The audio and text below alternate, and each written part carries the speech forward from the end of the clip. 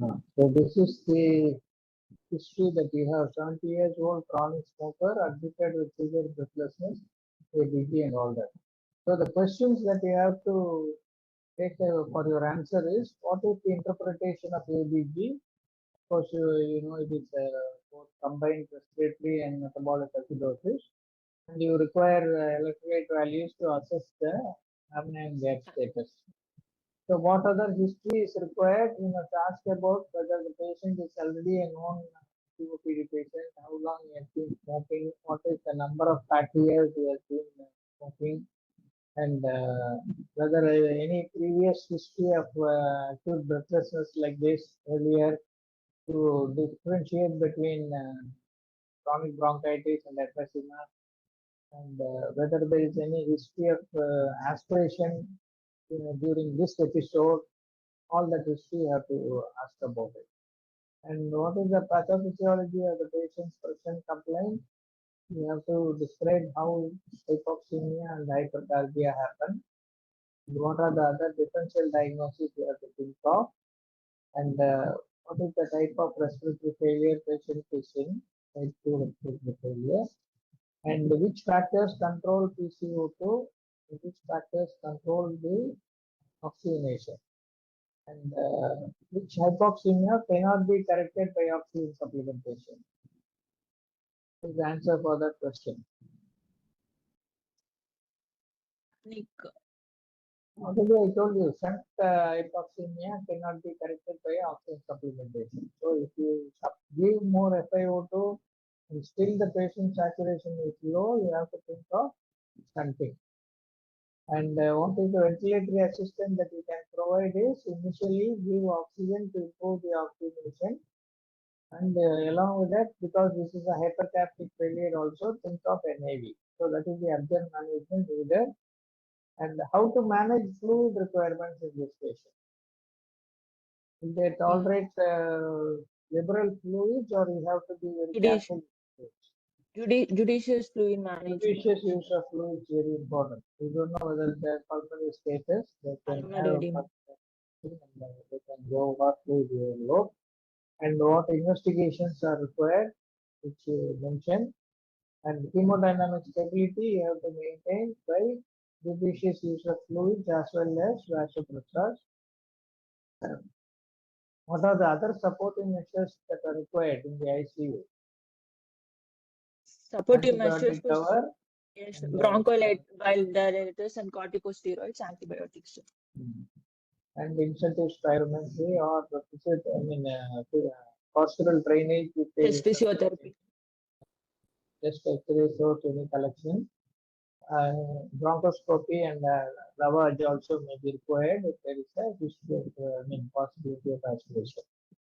Now, how to wean this patient from mechanical ventilation? What difficulties can be faced during weaning? That is another point we have to discuss in your answer, because it's an ICU management. We can use the NIV to wean this patients. NIV pressure support. Okay, spontaneous breathing. So you have to write a few things about spontaneous breathing trial, SBT. Okay? How you do that SBT and how you do the pressure support assisted that spontaneous breathing trial. And then what is the failed weaning? What is the definition of failed weaning? When will you say the weaning patient from mechanical ventilation is failed? When will you say that? When the spontaneous breathing trial is. No, spontaneous breathing trial you do, and then you even extubate the patient. But within 24 hours, if the patient again goes back to hypoxemia, hypercarbia, and requires re-intubation, that is called the failed wean. Okay? So within 24 hours, re-intubation, if it is necessitated, it is called failed weaning. And what are all the other complications to be anticipated during the course of treatment? How are they managed? Other complications are positional problem. They can develop bed sore. For example, if he is on ventilator for 15 days, he is not difficult, you find it difficult to wean him. Then you have to take care of his back and other pressure points. You have to take care of the nutrition. You start enteral nutrition or parental nutrition. You have to give adequate antibiotics to prevent any ICU associated secondary infections. Okay? These are all the points you have to mention.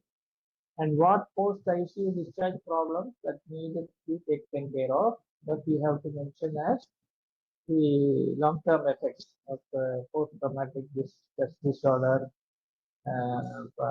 critical illness, polyneuropathy, nutritional disease, muscle sarcopenia, muscle wasting, all those things we have to describe as ICU discharge problem. Yes, sir. So this is a few flow diagrams which may help you. Acute respiratory failure, both hypoxemic and hypercapnic.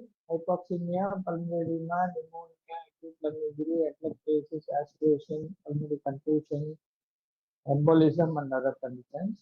Hypercapnia, decreased pump failure can be due to CNS depression, brainstem injury, spinal cord, neuropathy, neuromuscular, myopathy, and kyphoscoliosis. Increased load, COPD, asthma, cystic fibrosis, and bronchiectasis. And if there is a rise in the PSCO2, now first thing you do is whether there is an AA gradient is increased. And if it is yes, then you have to go for the other algorithm. If it is no, then you have to go for OPA corrected with oxygen. Yes, that means BP mismatch, normal venous oxygen. Then the causes are alveolar disease, ARDS, special process, etc. But if the low PaO2 not corrected with oxygen, it is a shunt fraction, causing intracardiac shunt or pulmonary shunt, pneumonia, collapse, or pulmonary edema. Similarly, the other side you have to go in for see whether there is a low cardiac output or high oxygen extraction and other problems. So this flow chart also will help you. So the arterial carbon dioxide determined by the ratio of carbon dioxide production to alveolar ventilation. That is what it determines. It is determined by two main processes. One is the minute ventilation, the other is the dead space ventilation. This is what determines the PaCO2. So decreased respiratory drive, including reduced central nervous system control, which means the patient will not breathe. And impaired respiratory muscle strength, which means patient cannot breathe. He has the central stimulation to breathe, but he is not able to do because of lack of muscle strength. Whereas in the central nervous system, respiratory depression, the patient doesn't attempt at all. He is not breathing. And decreased minute ventilation, which leads to increased dead space area due to airway or parenchymal or vascular changes as in COPD patients and causes the accumulation. The mechanism of hypercapnia on this thing mostly talk. This particular chart will tell you there are two types of valvular hyperventilation and hypercapnia. One is in a stable COPD, the other is a patient who has got an exacerbation. So this is the normal condition where patient has been living with COPD for quite some time. So that is called the stable COPD. In whom the alveolar hypoventilation and hypercapnia will happen. There is because of decreased minute ventilation, and dead space will increase because of heterogeneous restriction of capillary bed and alveolar space due to mismatch, bronchospasm, etc. Now, if he becomes or goes in for an exacerbation, what happens is there is increased bronchoconstriction, airway wall edema, and secretion, which produce occult leaky mismatch into overt leaky mismatch. Similarly, hyperreactive airway produces this neural drive, which only leads to what is called the rapid shallow breathing. And dynamic hyperinflation causes increase in oxygen demand, dysfunction of respiratory muscles. So all these changes happen. So we have to discuss all these things in your answer to complete the process of answering this particular question. Yes, And sir. this last hypercapnia, the changes that happen are all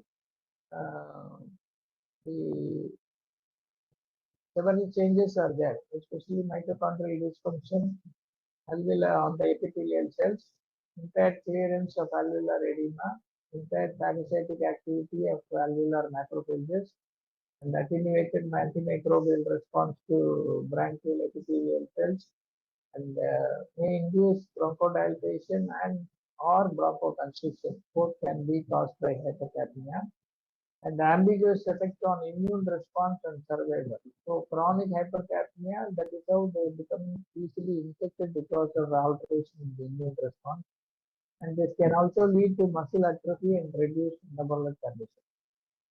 And the four basic mechanisms of increased CO2 or inability to sense the increasing arterial CO2, increased CO2 production as in malignant hyperthermia, direct acidosis, etc.